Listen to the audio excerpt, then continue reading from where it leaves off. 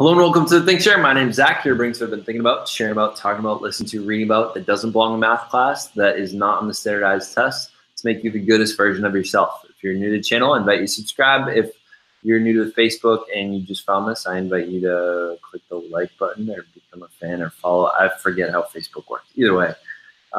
Recently, I finished listening to Ryan Holiday's Ego is the Enemy. It's a book produced by Tim Ferriss. I feel like anything Tim Ferriss, I've grown really accustomed to simply listening to, out of the fact that I just have so much respect for Tim Ferriss, what he does, and kind of what he represents in the world.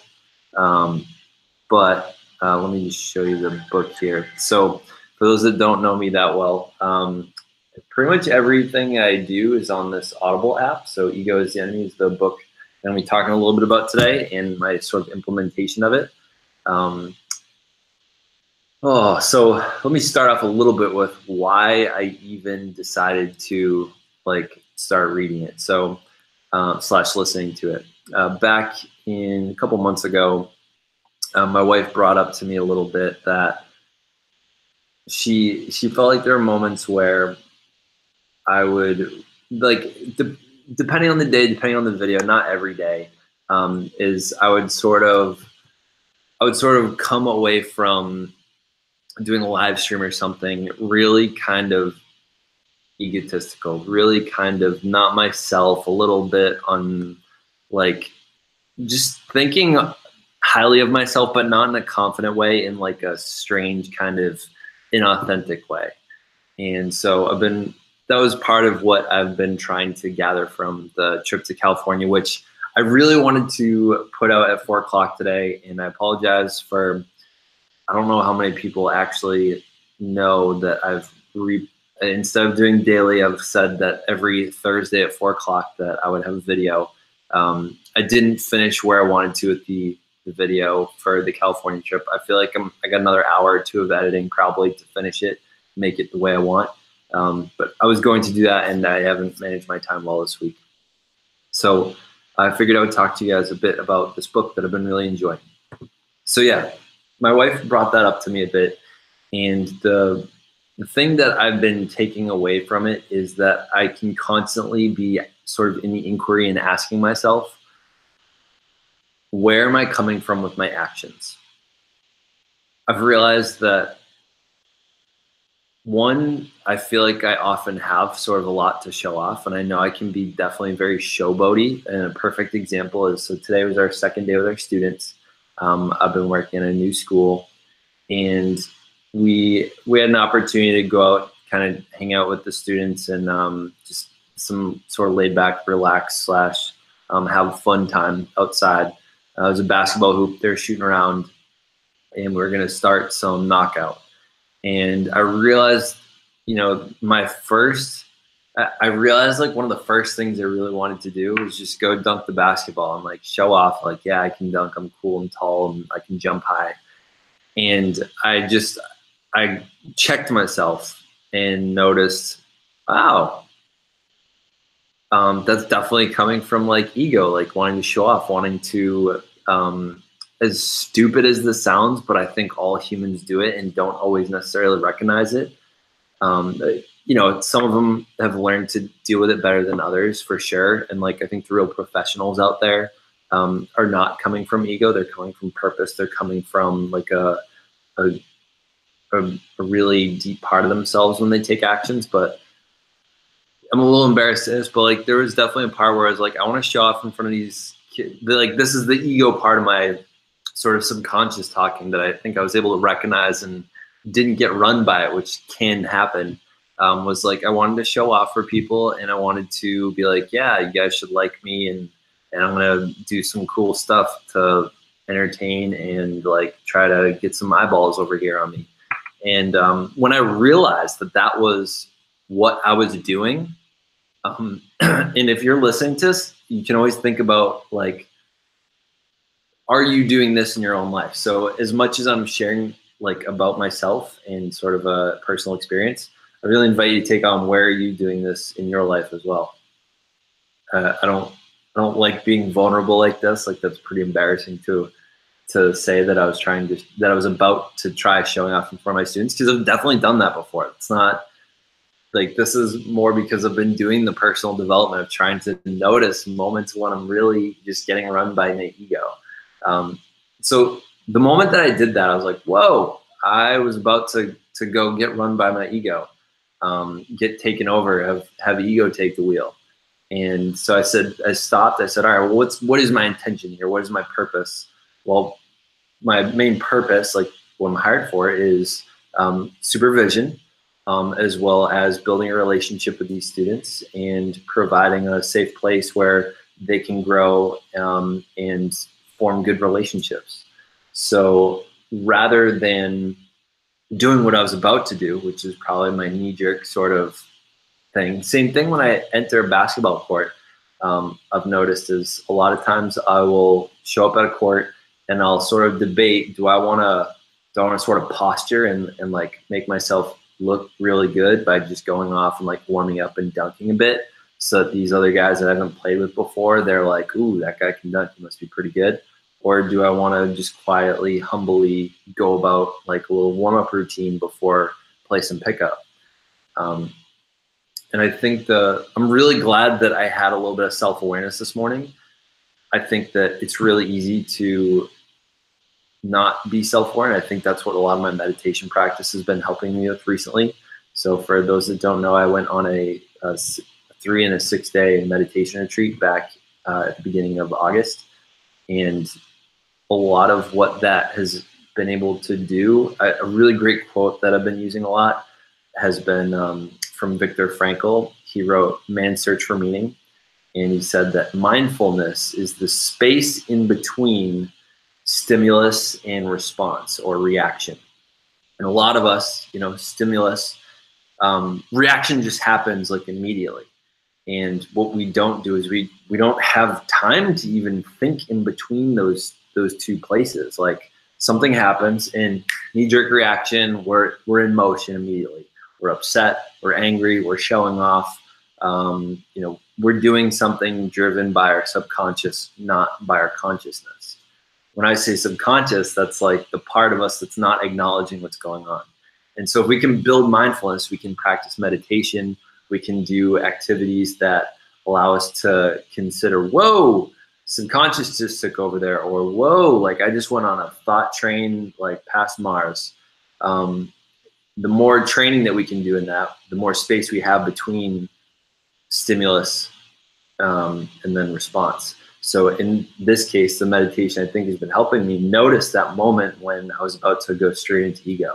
So basketball hoop, ball, dunking. That's my ego's like subconscious reaction to that is stimulus, basketball hoop, response, go dunk that thing. And now that I have a little bit of mindfulness, a little bit of space, I can ask myself, okay, where's that thing coming from?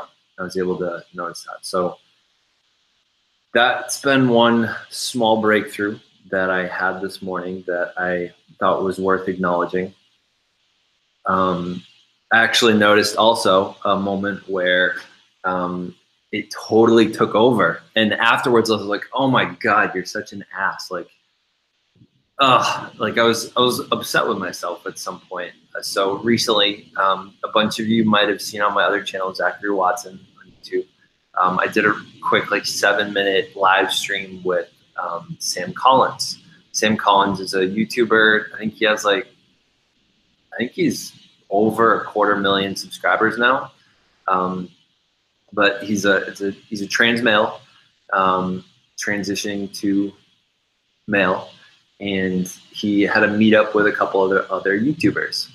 And so I was excited about it because I was like, oh, nice, I'll get to network. I might find some people to collaborate with. And I'll find a bunch of people that are really accepting, loving in that sort of trans community, LGBTQIA. And so I showed up to it and I met a bunch of people. And I realized at one point, I was like, oh, all these people are waiting for me. He was a little bit late. And there's kind of a crowd forming. I was like, wow, a lot of people showed up for this. And so I started like saying hi to people, started just introducing myself a little bit. And at one point, I'm just like so disgusted with myself looking back on how ego driven this was. So part of me was thinking, it would be useful to introduce myself as, hi, I'm here for the Sam Collins meetup. Are you a YouTuber? And just say like, oh, I'm a YouTuber. I make videos as well. And at some point, I'm embarrassed to even say it. At some point, I like introduced myself. Hey, I'm Zach. I'm a YouTuber. I got like 2,000 subscribers. And for some people, that might sound like, what's embarrassing about that? But I realized that the fact that I felt the need to share 2,000 subscribers was because one or two people beforehand were like asking me how my channel was, how big it was, and I said 2,000. I'm like, whoa. And so I all of a sudden felt the need to really share that like immediately. Like I think I had gotten that quick little dose of like, oh nice, someone's impressed, and realized, oh, you know what? I want another dose of that feeling that I get when someone's impressed with me. I'm gonna go share that immediately. Oh hey Ivy. So Ivy was there. Ivy was not the person that I shared that with immediately. That was earlier on, but it's funny. So yeah, that's a moment that I've been noticing that like I'm embarrassed that happened and recognize that ego totally drove that moment. So along with meditation being the practice of helping me find the distance between stimulus and reaction, I'm also noticing that reflection is a great opportunity for me to look back on some of my actions throughout the day that I'm happy, sad, and glad or embarrassed that I did. And that was one of them.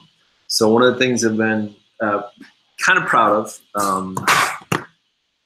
Now, even right now, I just noticed I was about to pull out these two journals and I asked myself, okay, is this for ego or is this for authentic sharing? Like it's part of the story or part of what I'm sharing.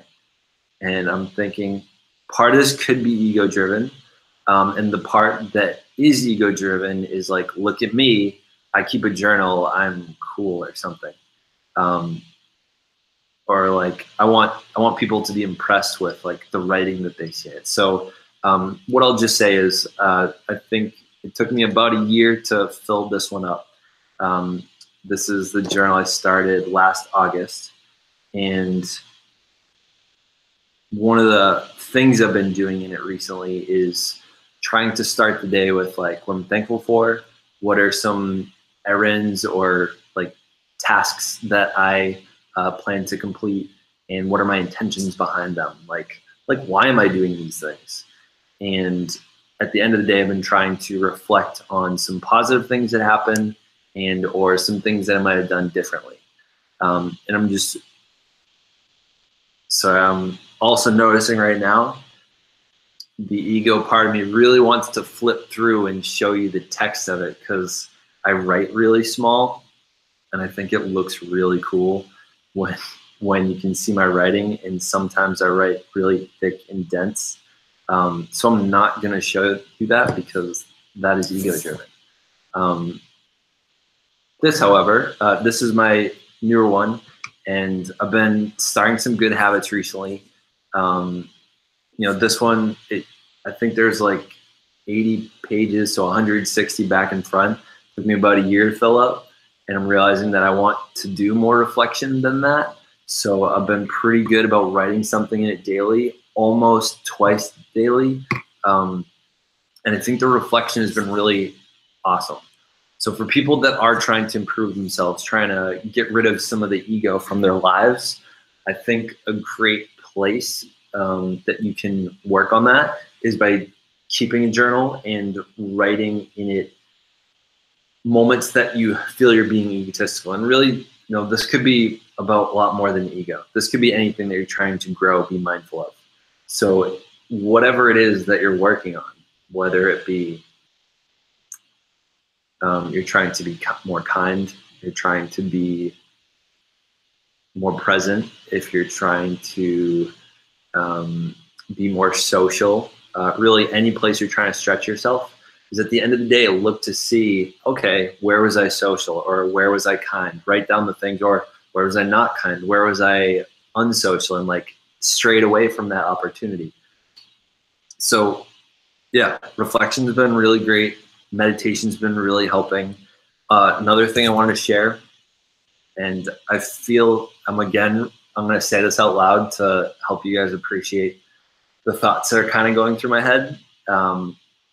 I want to share, so Headspace is the app that I use, and I feel like if it were a really large number, it would be coming from ego, but I think because it's a small number, I feel like it's not that much.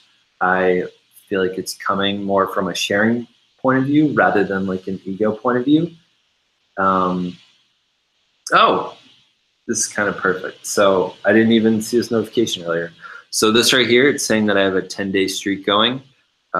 It's probably been like over a year and a half that I've had a 10-day streak. But for 10 days now, I've done at least 10 minutes of meditation.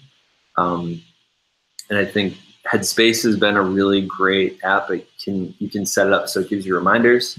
But the purpose of it is most of them are sort of guided meditations.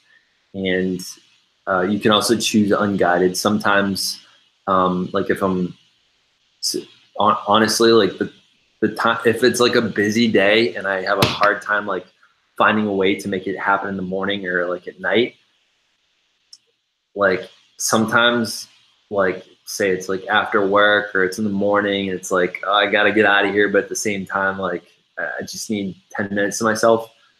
It's just like when I'm about to sit on the toilet, you know, sometimes it'll take 5 minutes, just take 5 extra more and just meditate while I'm doing that. You can do it anywhere. It's really useful to have a good habit of doing it at the same time of day. It helps our brains, our Lou ganglia, which is the part of our brain that creates habits and tries to make our lives more efficient. It's easier for it to keep a streak, a habit going when it's the same time of day. So yeah, meditation's been painful and great. One of the videos I'm kind of excited about, this idea that I've come up with is I want to put together almost like an entertaining but realistic experience of a video where you can see like what it's like to meditate. So I think there's a lot of people out there that have a lot of conceptions about what meditation is, and they think they're doing it wrong. They think it doesn't work for them. And I think that people don't necessarily know what it is, and so they don't try it, they don't do it, they don't practice it, they don't reap the benefits of it just because they don't quite understand what it is. So I want to create a video, which, I mean, some of it's just going to be a black screen because my eyes are going to be closed. Some of it's going to be like a video of my face, just my eyes closed. And it's going to be me narrating in the back, but the narration is going to be the thoughts that come up in my head. And just sharing like, it's totally okay for you to go on a thought pattern and like just go off on a thought train and get lost for 2 minutes and then come back and be like, oh, that's right, I was listening to my breathing. So I'm excited for that video. I'm thinking like two or 3 weeks from now. Let me go into the comments. I haven't gone into them at all yet. Thank you all for listening so far. I'm not even sure how long I've been going for. Wait a second. Where's the timer? It doesn't matter. Oh, hey, Courtney. She said, how'd the first day go? So the funny thing about first days, I feel like I'm growing increasingly like a harder time answering how things are going. I would say my first day, I guess you could say, went well. There didn't seem to be any major hiccups, no major problems. I am really growing to love the philosophy and environment that I'm in, community that I'm going to be teaching in. A lot of the students, I think, have a great community relationship with one another, and I think it's really great to step inside of that. It's very small. It's me and 2 other teachers are responsible for teaching 16 or so students. I do plan on doing like a whole video on like the sort of philosophy and like how that school works, but tomorrow we're going on a field trip. We're going canoeing. So I'm excited for that. Did you just see that thunderstorm? Yes, Alex, I did see the thunderstorm. I drove right through it. Gemma, thank you for smashing the like button. For those watching, if you're still watching, you've been for a couple minutes, I invite you to click the like button. If you're not feeling it and you're thinking about checking out and you are going to check out, I would say I invite you to ask something in chat and I'll get to it soon, and or click the dislike button. Hey Tahoe, I need to talk to you. It's a massive mistake today. Hey, it's all right. Mistakes are part of life. It's only massive if, I don't know, I think massive is probably a bit of an overstatement, but I could be wrong. Hi, Ice Cubes. It's so good to see you. It's sitting on the bus too. That's funny, Tahoe. Hey, Dad.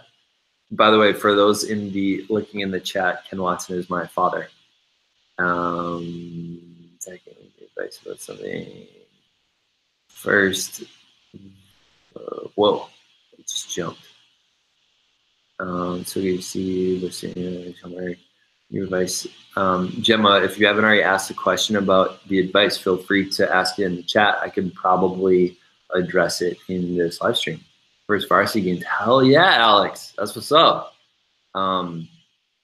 Sadly, I don't think I'll be making it. And feel free to send me an email or a message, Instagram or something. I forget if I ever answered you back. I wanted to know what your position and stuff was.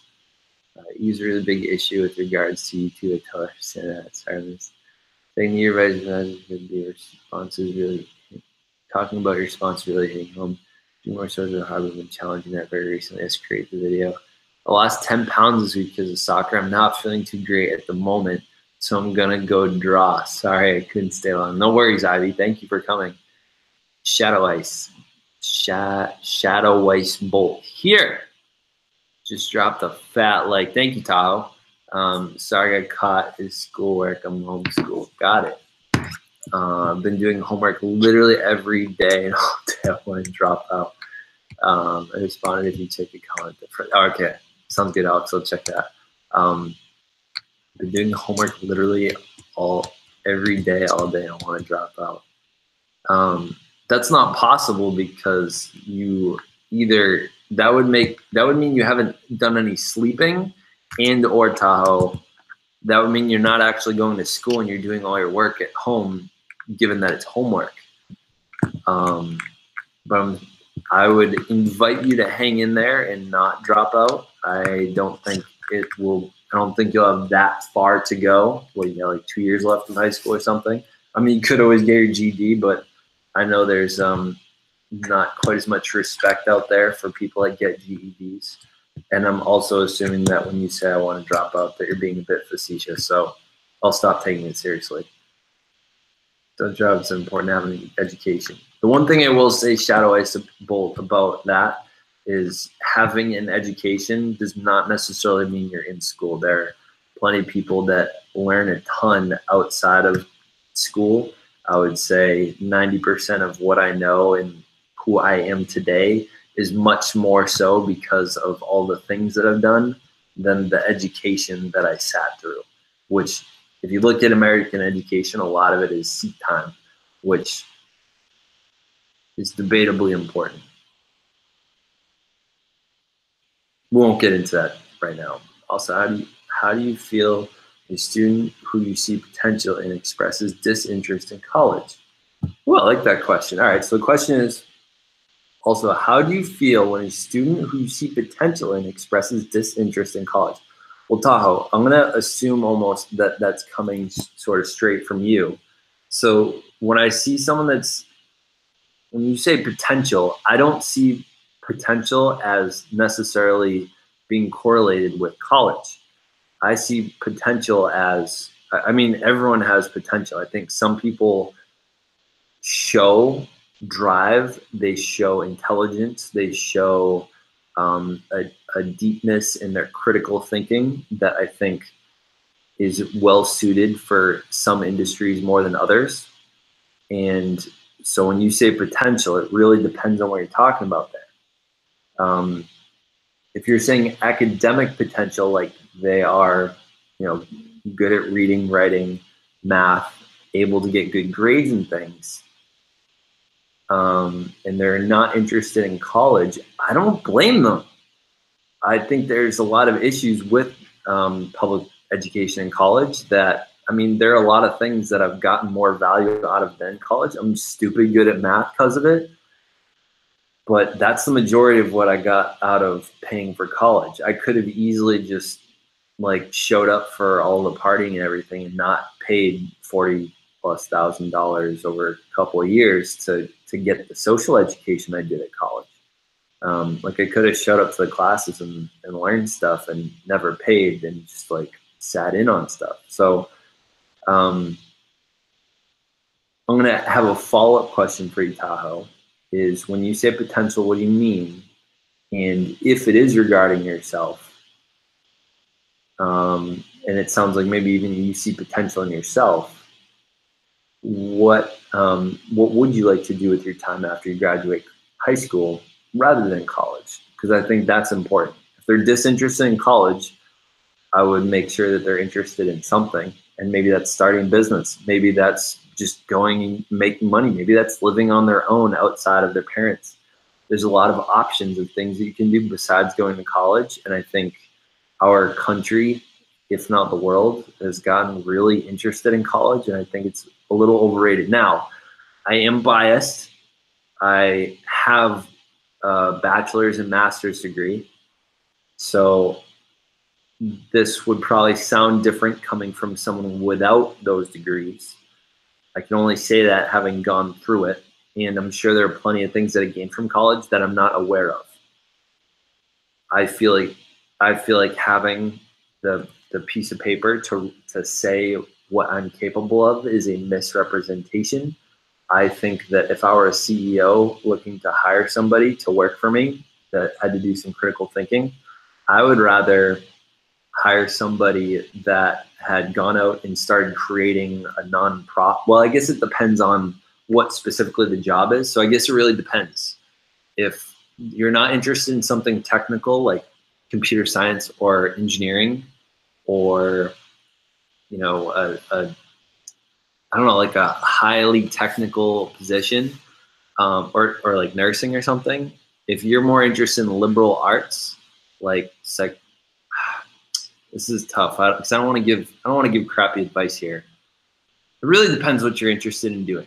If you want to make an impact on the world via, I don't know, I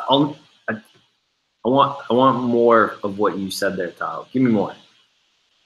Elaborate on your question. Okay, well, it's all right. I'm gonna go over to Gemma's here. Okay, well, it's to do a friend who has mental health issues, and I recently told myself that I wasn't going to keep responding to her every time she expects I was on 10 days before today happened. Okay, so I'm guessing that you are trying to distance yourself a little bit from a person that is possibly toxic in your life and creates mental stress and anxiety. And it sounds like you made a promise to yourself to not talk to this person. And it sounds like you also have a friendship with them, given that you're calling them a friend, and you chose to do the friendly thing and respond to them. And it sounds like you're regretting your choice, and at the same time, and you're disappointing yourself. But at the same time, I think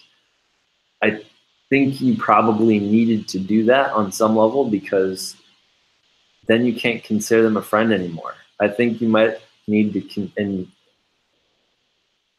I'm drawing a lot from this short few sentences, so cut me off if I'm going way off track here. But what I might say is, if you're trying to distance yourself from this person, you may need to consider, is someone I'm willing to cut out of my life if this is the amount of effort I have to put into distancing myself from this person because they're toxic.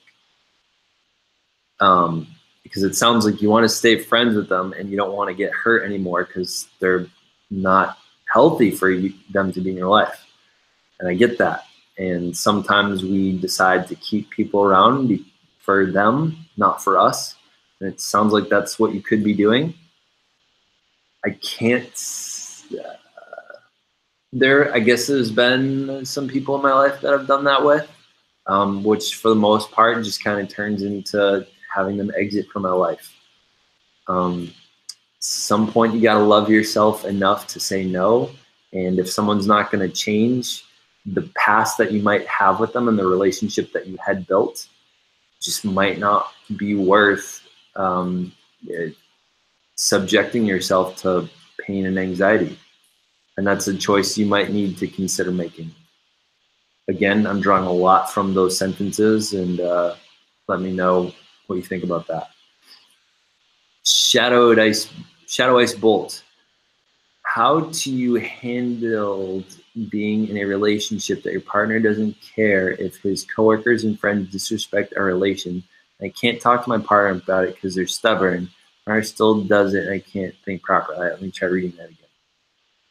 How do you handle being in a relationship that your partner doesn't care if his coworkers and friends disrespect our relation, and I can't talk to my partner about it because they're stubborn?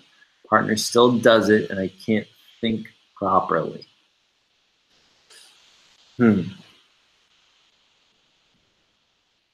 So responding to Shadow Dice Bolt's comment here in the chat, I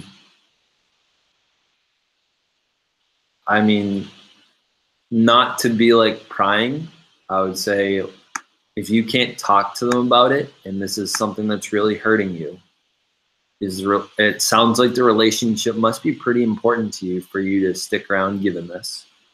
And the other question is, why is it important that their coworkers and friends respect your relation? If you're spending time with them, similar to Gemma, like if you're spending time with them and they're disrespectful to your relationship, is it impacting your state of mind? Is it impacting your quality of life enough so that you need to make an ultimatum and be like, look, someone's got to change here. I don't care how stubborn you are. This relationship might have to end if you can't do that. But the other thing is, when you say your partner doesn't care if their coworkers or friends disrespect your relation, when you say care, are you sure it's not that maybe they do care and they're choosing to ignore it because they love those people? I'm imagining that maybe the two of you are same sex, or one of you is trans, or something like that, and people are not comfortable and disagree with like the fact that you're gay or something like that, I imagine. And so I don't know. I guess the follow-up question I would have is, when you say doesn't care if,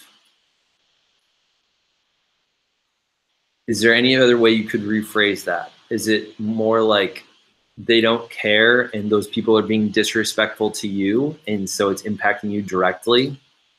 Or, and like, are you spending time with these coworkers and friends and it's like, damn, like they don't even respect us. Like, what are we doing here?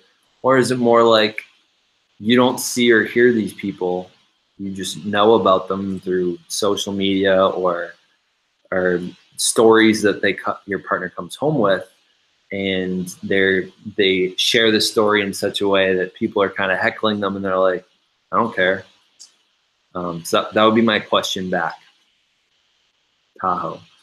Potential as in thinking that they will go places and do great things in the future that college is required for. Also, I really want to go into a media job such as BuzzFeed or an art profession. Okay. So we'll go places, do great things in the future where college is required for. So I guess that's the next question, is what specifically is it that college is required for? I would say the things that are highly regulated, like nursing, like being a doctor, that's something I would push them probably to go to college for if that's something they care about. And if we're talking about you also really going to media, BuzzFeed, like, I don't know, media job for BuzzFeed or an art profession, I think that having a degree could probably help. And I bet in the 4 years that it takes to get a degree, you could also spend the same amount of money doing work to get a job at BuzzFeed and just getting really good at your profession. Like, again, as an engineer, I just got really stupid good at math, and that's why I'm a math teacher now. I didn't get great at problem solving things inside a manufacturing facility, which is what I was trained for in my major. So I would say start going after a media job for BuzzFeed or an art profession. Like, just start getting great at your craft. Like, consider whatever that is, sort of like becoming a YouTuber. You just start making videos. If you want to work for these types of places, start doing things that they do and just start getting good at that. Maybe consider less about who it is that you want to work for, and maybe consider what difference you want to make in the world through what platform, and start doing that. That would be my invitation if you are sort of uninspired around college, and really consider, is college required for those things? Because I think that there's probably an increasing amount of people that think college is required, that maybe it's not.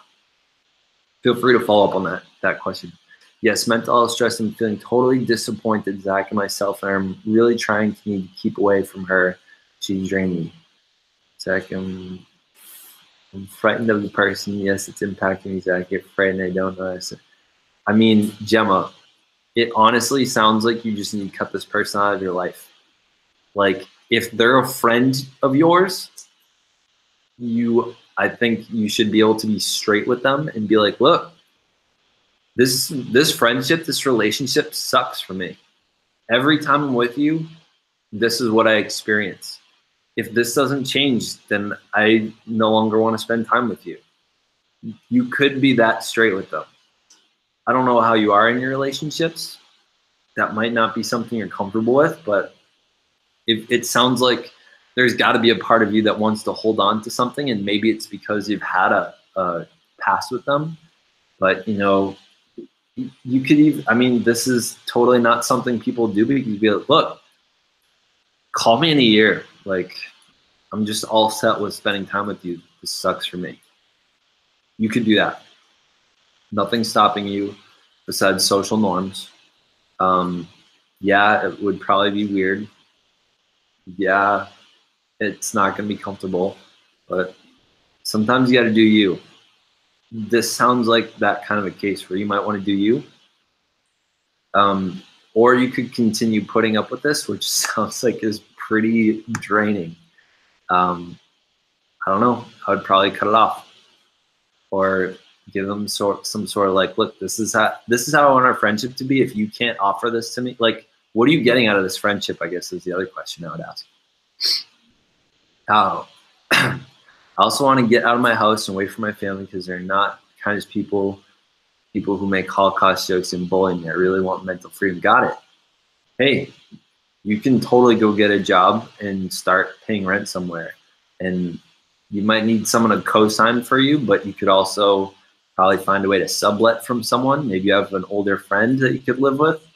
I'm assuming you're 17 or 18 probably. Yeah, I mean, if going to college requires taking out a loan or having them pay for things, and you want to cut yourself a little bit from them or be independent of them, you know, they might hold that over your head. I don't really know what your relationship is like with them, but yeah, I mean, I would say, like I said, start just getting the skills, doing the things that would be required in that job to the point where you get good at them. And 4 years later, I would bet quicker than 4 years, you could be working for places like that, or you could be creating the kind of content that the world that you want to be making a difference in. Right into this person, yeah. Yes, same sex.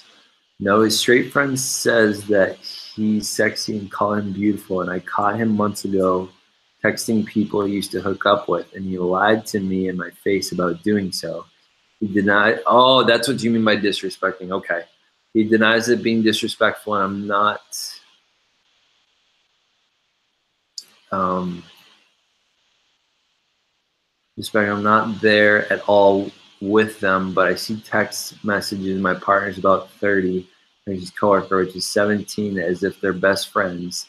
Told him before that happened how I felt about him doing that, and he just walked away complaining. He will do something and lie about it to my face or say something about his past and act like he never said it after. He doesn't cheat on me as far as I know because I trust him, but I don't know what to do. It's hurting me and I love him. Got it. Shadow Ice, I don't have an answer for you. And I'm going to share a little story with you that might make a difference. Might be totally off topic and you're like, sweet story, dude. That was useless. So I apologize if it's the latter. When I was out in California, I met a gay couple and they were, I think, like in their 40s. One was in his 40s, one was in his 50s. And they have an open relationship. So that means that they can be intimate with other people if they would like. They can be physical with other people if they like. And they have made a promise to each other that they will be honest. And they said to me, like, what would you rather have? A dishonest relationship that is monogamous or a non-monogamous relationship that is honest? And after hearing that, I was like, whoa, that's like it's a different way of thinking that I had thought before. So what I feel like loving people means having a certain level of trust with them. And it definitely hurts when people are acting in such a way that we really are not trusting.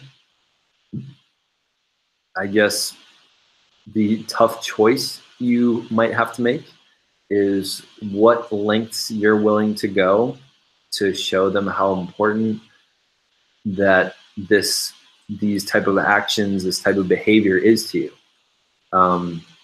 If you keep spending time with them and having the relationship that you have with them at the rate you're going, and they keep acting the same way, you're training them to treat you the way that they are, and that you're actually okay with it because actions speak louder than words. So as much as you might point out to them and talk about it and bring that to their attention and, for lack of better words, complain about it, if you don't make changes in your life, like, look, I'm leaving if you can't make changes here, then, oh shoot, I lost my train of thought. You might need to make new actions for them to listen.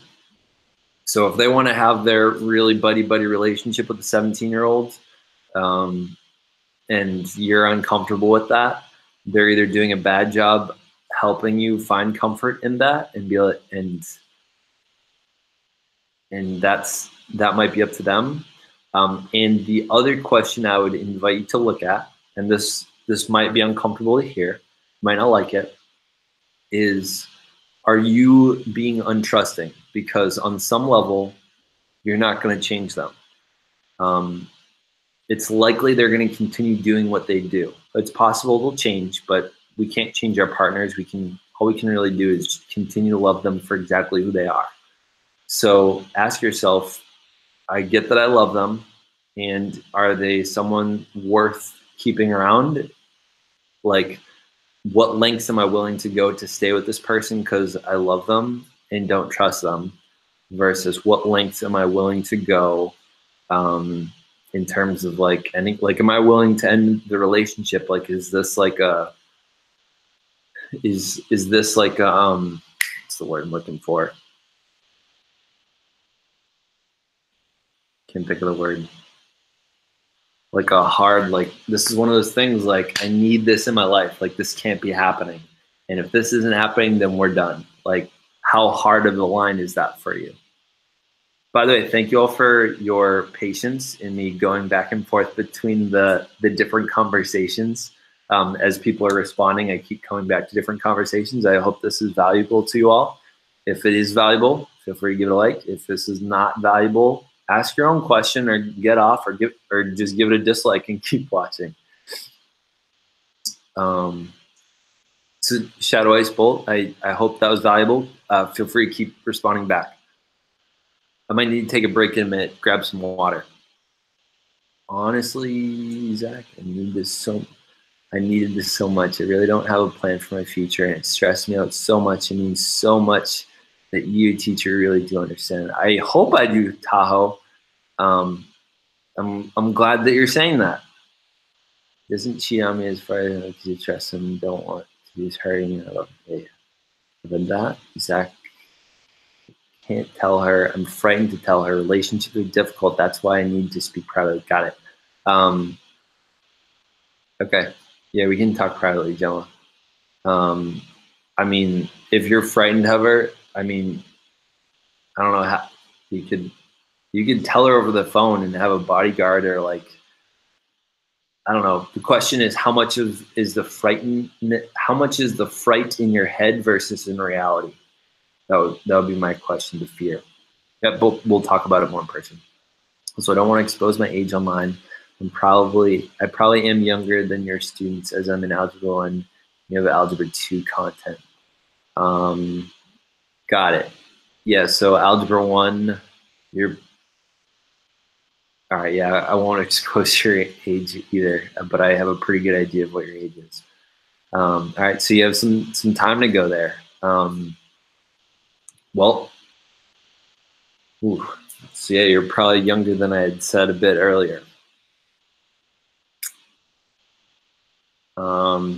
I mean, I would say similar to what, I mean, I wouldn't drop out. I would still get your high school diploma. I would jump through hoops. I might even say like, I mean, this works out for some people. I'm not saying it's the best idea. I would say you could do this as long as you're not sacrificing good habits and you're not sacrificing opportunity. But in terms of like doing homework, if it's more important to you to practice doing work that gets you better so that you can have a job at BuzzFeed, if that's more important than you doing math homework and you get by with a D and you're not trying to have the best GPA, go do the work that gets you hired for BuzzFeed instead of math. Does that make sense? Like if I were a student right now, right? Say I'm in college, say I'm in high school, and I plan on being a professional YouTuber in a couple years. I would say screw homework. If I don't need homework to pass these classes and I just want to get my diploma and I'm not planning on going to college, I would be putting tons of time into YouTube. I wish that I had realized this was a path that I wanted back in 2005 or 6 when I first discovered YouTube and started watching videos. I wish that I had like a little bit of the technology that I had and realized I could start creating videos. Like my first video was in 2008 or 7, I think. Yeah, 2007. Like if I had known that this was something I wanted to do, I wish I could have started like jumping on it. And I think that's one of the things that this generation is starting to realize, that college is not necessary. I would say, you know, there was a student that wanted to be a sportscaster, and I said, you should. I think you should really consider start creating your own sportscast. Like, talk about sports on YouTube. Like, if your dream job is to be on ESPN talking about sports, start doing that. You don't need a college education for that, right? Like, there are plenty of people out there that have jobs, not because of a piece of paper with a college degree saying they're certified to do this. It's because they've shown it through action and experience. I mean, if I were somebody that, all right, here's better. Rather than me being a CEO, say I am at the point in my YouTube career where I don't have to work and I can hire someone to edit videos that look sweet. Would I rather hire somebody that has a college degree in video editing, or someone that has edited videos, has their own channel, and I really like their content on their page? I want the person with the portfolio. Now, part of college in many ways is the person with the portfolio. And they might have some technical skills that maybe the person that taught themselves doesn't. I mean, I know that happens with computer coders out there, is that people that go to college learn a more efficient way to do things sometimes, but go start creating the content is what I would say. Instead of burying yourself in homework every night about stuff you don't care about, bury yourself in stuff you do care about.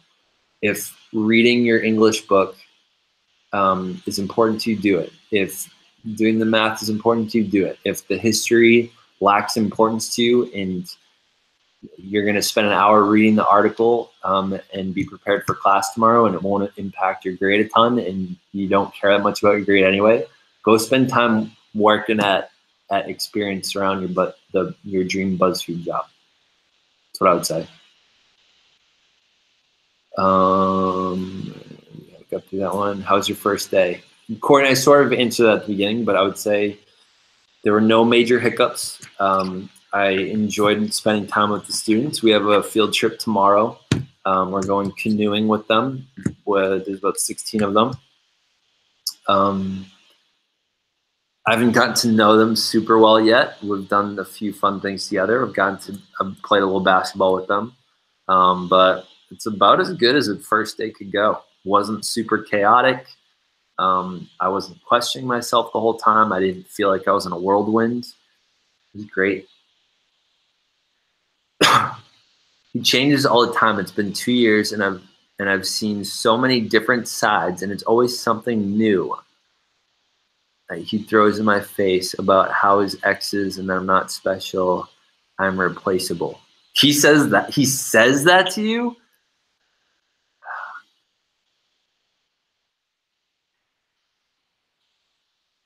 Years, and I've seen so many different sides. Always something new. Shadow Ice Bolt. My request for you is in the chat, what do you love about him?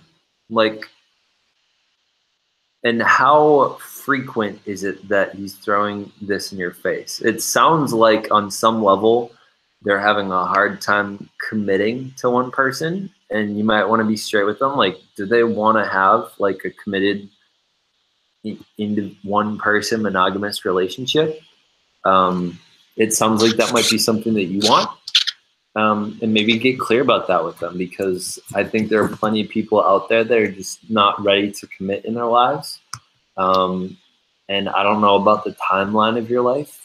I don't know if you want to have children, or I don't know how you see your life unfolding. But if right now someone that you need in your life is someone that's willing to commit to, I don't know, like marriage, maybe you move on. I think that sounds pretty unhealthy if they're throwing that in your face. That's something I've never, now given that I am married, like even like there's at no point that I'd say things like that to my wife. I don't think I've ever even said that to a girlfriend. Even if I might have thought it, that's just unhealthy behavior to say that to somebody. I mean, I don't like that at all.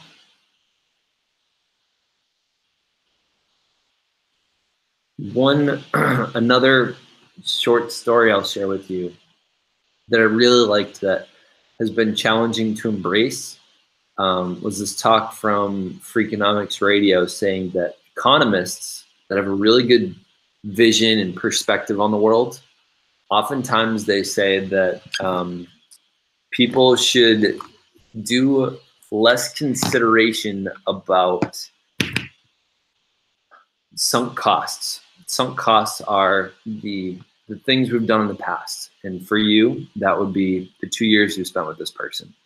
So I would say, let's say you were starting your relationship last month.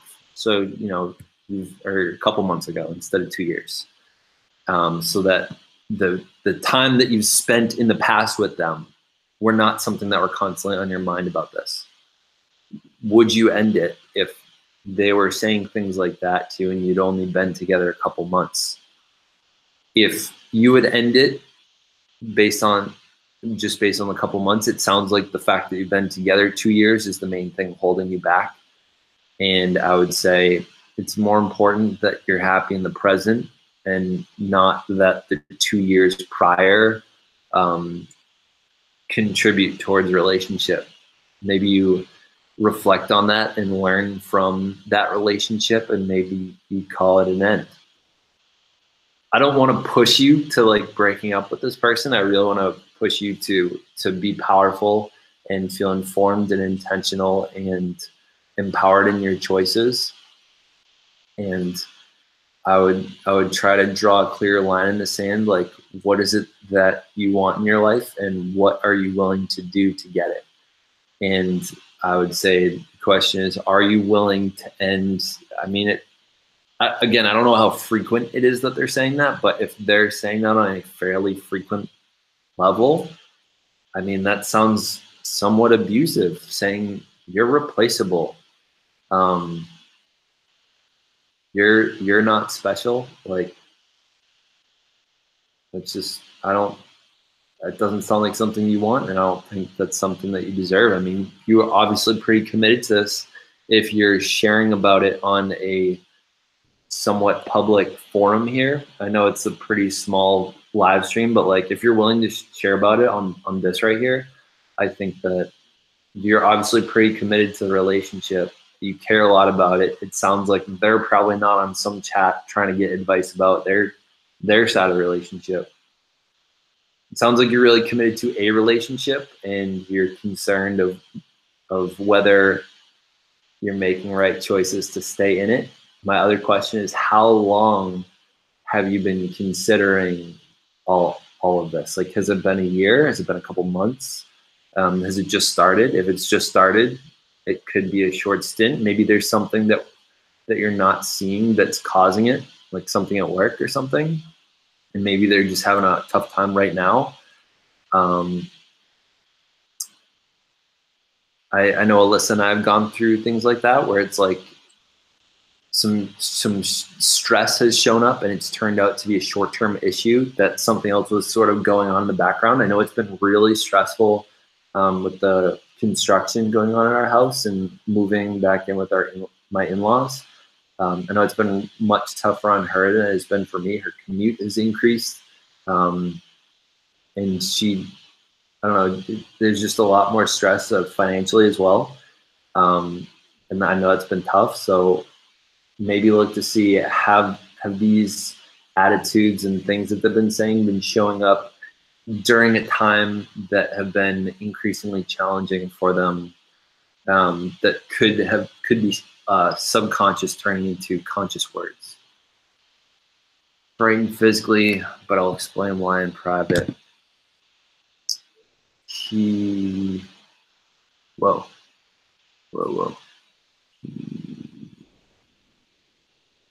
He wants me to follow all his rules, but it seems like some of the expectations don't matter or aren't a big deal, so he tosses them. A few of my friends say I'm really cute and smart and talented, so I can't. I'm gonna read that again. He wants me to follow all his rules, but it seems like some of the expectations don't matter or aren't a big deal, so he tosses them. A few of my friends say I'm really cute and smart and talented, so I can. So I can have a new boyfriend, but I don't feel like that. I feel like my partner is more attractive than me and smarter than me and more important than myself. He doesn't like weaknesses, and if I show any of my emotions, he wouldn't care, or he will tell me to stop being over dramatic. Got it. Okay, this is what I'm going to say here. So it sounds like he has, so let me try to reiterate here. So he has rules. It sounds like he sort of follows up on and holds accountable to, and some he just does, he kind of lets slip, and so he's showing that some of those rules don't really matter. Reading that from a very knowing things. Tahoe, get out of the math homework if it doesn't matter to you, and go start figuring out what you need to do to have a BuzzFeed job before you graduate from high school. That's my challenge for you. I don't know how important math is to you. I'll leave that one up to you. A few of my friends say I'm really cute and smart and talented, so I can have a new boyfriend, but I don't feel like that. I feel like, all right.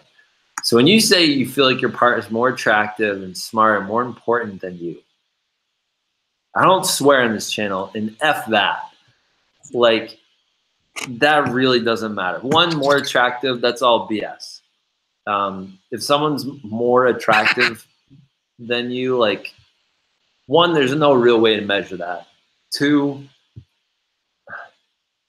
you gotta give yourself more credit, because, like, honestly, I find myself most attracted to my wife when we're being vulnerable together. Like, yeah, she's a pretty good looking woman. I'm very like physically attracted to her if I didn't even know her, but I'm most attracted to her when we're being like human to human together, like when we're having real talks, real conversations.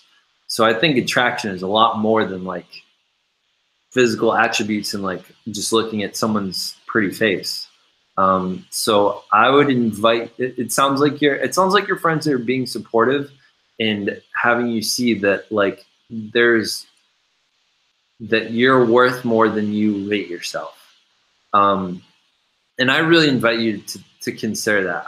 It sounds like you're comparing yourself and you feel like you're less than this person. And so like, it's almost like you might really hate this metaphor, and I apologize if this offends you at all, but this is what it sounds like to me. I really want a new computer, and this computer just went on sale, and the salesman's really close to giving it to me. It seems way out of my price range. I can't even really afford it, but because it's available to me right now, I think I'm just gonna buy it, even though, you know, it has these bugs and these issues that don't really work for me. I'm not a Mac person. I really like a PC, but this Mac is really expensive. I can't afford it, and it's available for me right here.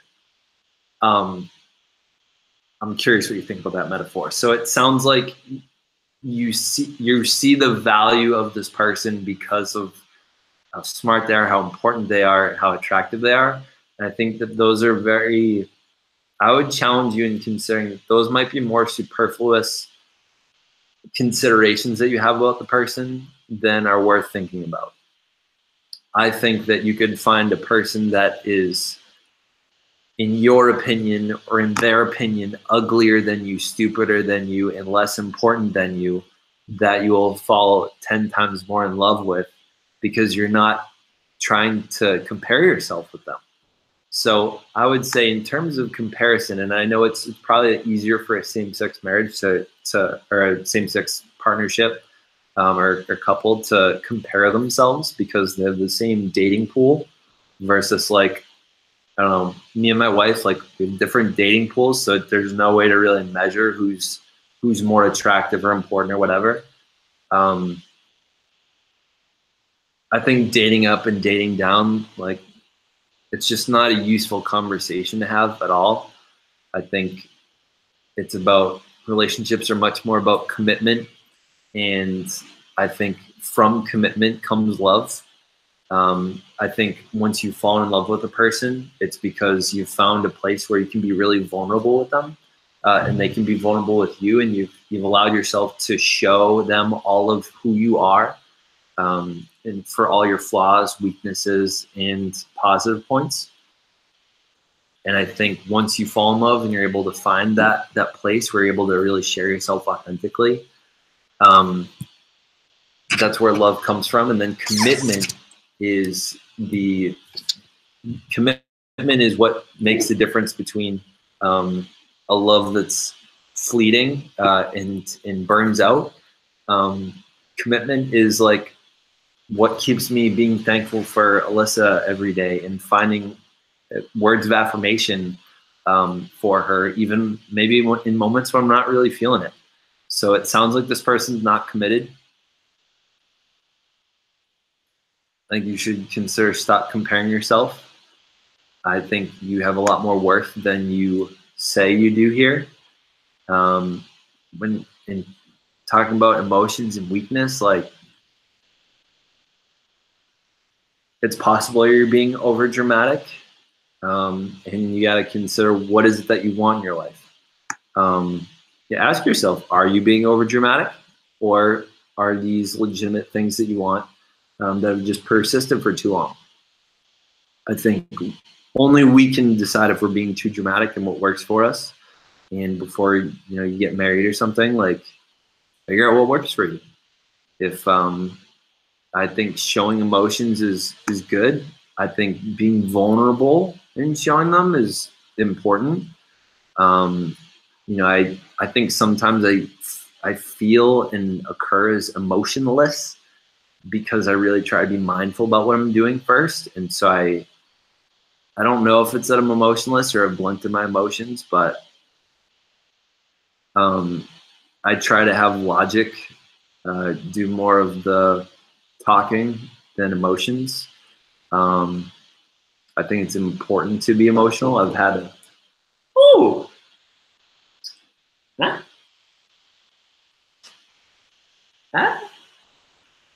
Huh? My wife's home and she didn't call me. All right. Let me just answer these last few, and then I'm gonna log off. My wife just showed up. Shadow Ice Bolt. Here's what I'm gonna do. In the chat, I'm gonna put my email. Feel free to contact me there. I'm gonna give you a heads up. I'm pretty slow with email, but I'd be happy to have some correspondence with you and talk with you about it. I've talked with quite a few people about life things. If you're finding this talk valuable, then let's keep it going. As you might have been able to tell from what Gemma said, like, every once in a while we'll get on the phone and talk. Shadow, it's important to show emotions. Don't let you hold yourself good. Wouldn't say being over dramatic. Got a summer work test tomorrow with Kiri, and I'm ready. That's what's up, Courtney. Gabe Williams. Hey, Gabe. Gabe was at the meetup with Sam Collins. Every argument about how he's acting, I love his eyes and how he cares for me when I'm sick. His humor is amazing. He makes sure I'm comfortable all the time. Buy things that I didn't want, and makes an effort to be with me when I'm depressed. He makes me giggle and makes me feel like butterflies inside me. Determined, it helps me feel determined and makes me forget about the horrible things my past has happened to me. Thank you for sharing that, Shadow Ice Bolt. And delete messages. It doesn't feel like he's vulnerable with me. Hide behind his emotions. I hate it. Absolutely. I hope this has been valuable, Shadow Ice Bolt. I know it's probably been strange because you write something, I respond to it 10 minutes later, and then you write something else, respond to that, and then I respond to that 10 minutes later. So again, in the email, just a heads up, I'm pretty slow at responding to them. So might be every couple of days that I check it. I don't really have any excuses. So I'm just giving you a heads up. I'm kind of slow. So yeah, I hope this has been valuable for you, and I look forward to talking with you more. Gemma, yeah, send me a chat. Tonight's probably not a good night, possibly tomorrow after school. For other people still watching, I think I still want to upload my California trip in the next 2 days. That also I might just push that to next week and have this be my video for the week. Yeah, thank you all for being here. I hope this is valuable. I mean, it's a kind of a long live stream. I don't know if anyone's actually going to want to watch it all the way through, but if you think someone would find value in it, share with them. If you like this, give it a like. If you dislike this, give it a dislike. If you dislike this, feel free to ask me a question so that you can have this be valuable. But I'm going to sign off here. My wife's home. I want to spend some time with her. And stay curious, stay mindful, stay weird. Yoink. Ow. End live video. End.